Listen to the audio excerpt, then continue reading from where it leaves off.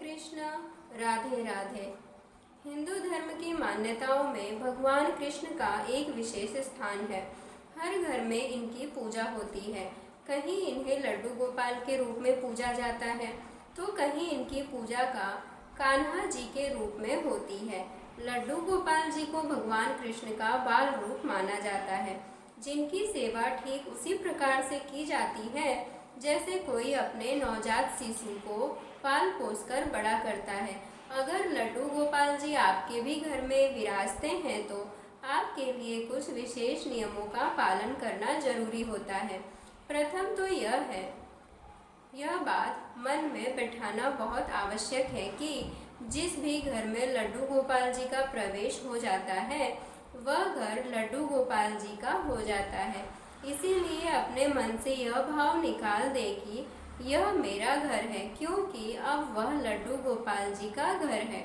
लड्डू गोपाल जी अब आपके परिवार के सदस्य हैं। सत्य तो यह है कि अब आपका परिवार लड्डू गोपाल जी का परिवार है, अतः गोपाल जी को परिवार के एक सम्मानित सदस्य का स्थान प्रदान किया जाए। परिवार के सदस्यों की आवश्यकताओं के अनुसार ही लड्डू गोपाल जी की सभी चीज़ों का भी ख्याल रखना चाहिए। लड्डू गोपाल जी किसी विशेष तामझाम के नहीं, आपके प्रेम और आपके भाव के भूखे हैं, अतः उनको जितना प्रेम जितना भाव अर्पित किया जाता है वह उतने आपके अपने हो जाते हैं। प्रतिदिन प्रातः ठाकुर जी कान्हा जी को स्नान अवश्य कराएं, किंतु स्नान कराने के लिए इस बात का विशेष ध्यान रखें कि जिस प्रकार घर का कोई सदस्य सर्दी में गर्म पानी व गर्मी में ठंडे पानी से स्नान करता है, उसी प्रकार से लड्डू गोपाल जी के स्नान के लिए मौसम के अनुसार पानी का चयन कीजिए। स्नान के बाद प्रतिदिन धुले हुए स्वच्छ वस्त्र पहनाएं।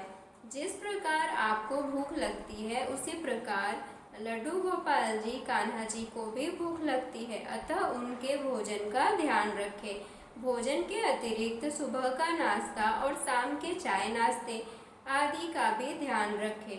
घर में कोई भी खाने की वस्तु आए तो लड्डू गोपाल जी का हिस्सा भी उसमें अवश्य होना चाहिए। प्रत्येक मौसम के अनुसार लड्डू गोपाल जी के लिए सर्दी गर्मी से बचाव का प्रबंध करना चाहिए। मौसम के अनुसार ही उन्हें भी वस्त्र पहनाने चाहिए। लड्डू गोपाल जी को खिलौने बहुत प्रिय हैं, उनके लिए खिलौने अवश्य लेकर आएं और उनके साथ खेलें भी।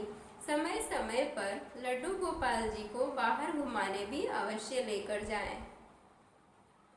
जैसे परिवार के सभी सदस्यों का आपस में एक दूसरे से कोई रिश्ता होता है, वैसे ही लड्डू गोपाल जी से भी कोई नाता बनाए। मित्र का या फिर भाई का या फिर कोई और रिश्ता भी बना सकते हैं। अपने लड्डू गोपाल जी को कोई प्यारा सा नाम अवश्य दें।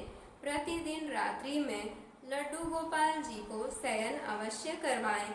जिस प्रकार एक छोटे बालक को प्रेम से सुलाते हैं उसी प्रकार से उनको भी सुलाएं, थपथपाएं, लोरी सुनाएं।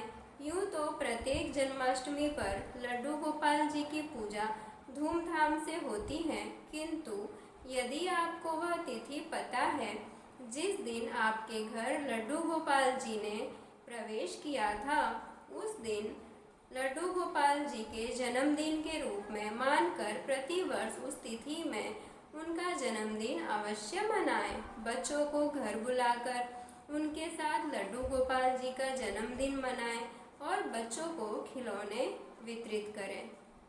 हरे कृष्णा।